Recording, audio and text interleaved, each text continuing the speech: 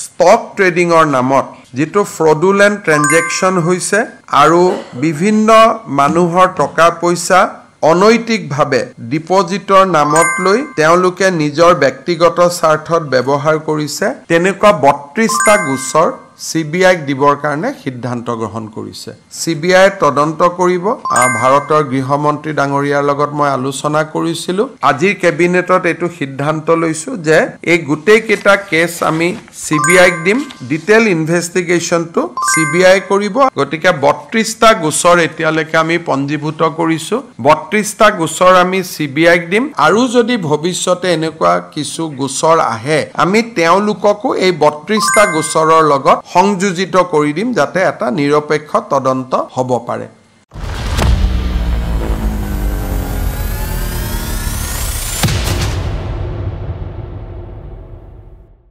আজি আমাৰ ৰাজ্য চৰকাৰৰ কেবিনেটে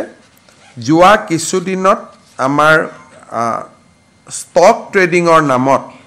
যেটো ফ্ৰডুলেন্ট ট্ৰানজেকশন হৈছে আৰু বিভিন্ন মানুহৰ টকা পইচা অনৈতিকভাৱে ডিপজিটৰ নামত লৈ তেওঁলোকে নিজৰ ব্যক্তিগত স্বাৰ্থত ব্যৱহাৰ কৰিছে তেনেকুৱা 32টা গোচৰ CBI দিবৰ কাৰণে সিদ্ধান্ত গ্ৰহণ কৰিছে আৰু এই গুটেই 32টা গোচৰ CBI তদন্ত কৰিব মোৰ যোৱা দিল্লী ভ্ৰমণৰ সময়ছোৱাত ভাৰতৰ গৃহমন্ত্ৰী ডাঙৰীয়াৰ লগত মই আলোচনা কৰিছিলো আৰু তেখেতেও CBI এই গোচৰ দিয়াত সন্মতি প্ৰকাশ কৰিছিলে আৰু এই গোচৰটো ট্ৰান্সফাৰৰ প্ৰক্ৰিয়া এমাহ সময় লাগিব কাৰণ তেওঁলোকে DOPTৰ পৰা নটিফিকেশন কৰিব লাগিব ইয়াৰ কিছু প্ৰসেস আছে কিন্তু আমি আজিৰ কেবিনেটত এটো সিদ্ধান্ত লৈছো যে এই গুটেই কেটা কেছ আমি CBI দিম আৰু CBI নলুৱালৈকে অসম পুলিচে চাই থাকিব কিন্তু ডিটেইল ইনভেষ্টিগেচন টু CBI কৰিব আৰু আমি আশা কৰিম যে যিমান সোনকালে পাৰি CBI ল'ব পাৰে আমাৰ মুখ্য সচিবেও ডাইৰেক্টৰ CBI লগত কথা পাতিছে তেওঁ সন্মতি জনাইছে যে আমি কেছ কেটা লম গতিকে 32টা গোচৰ এতিয়ালৈকে আমি পঞ্জীভূত কৰিছো 32টা গোচৰ আমি CBI দিম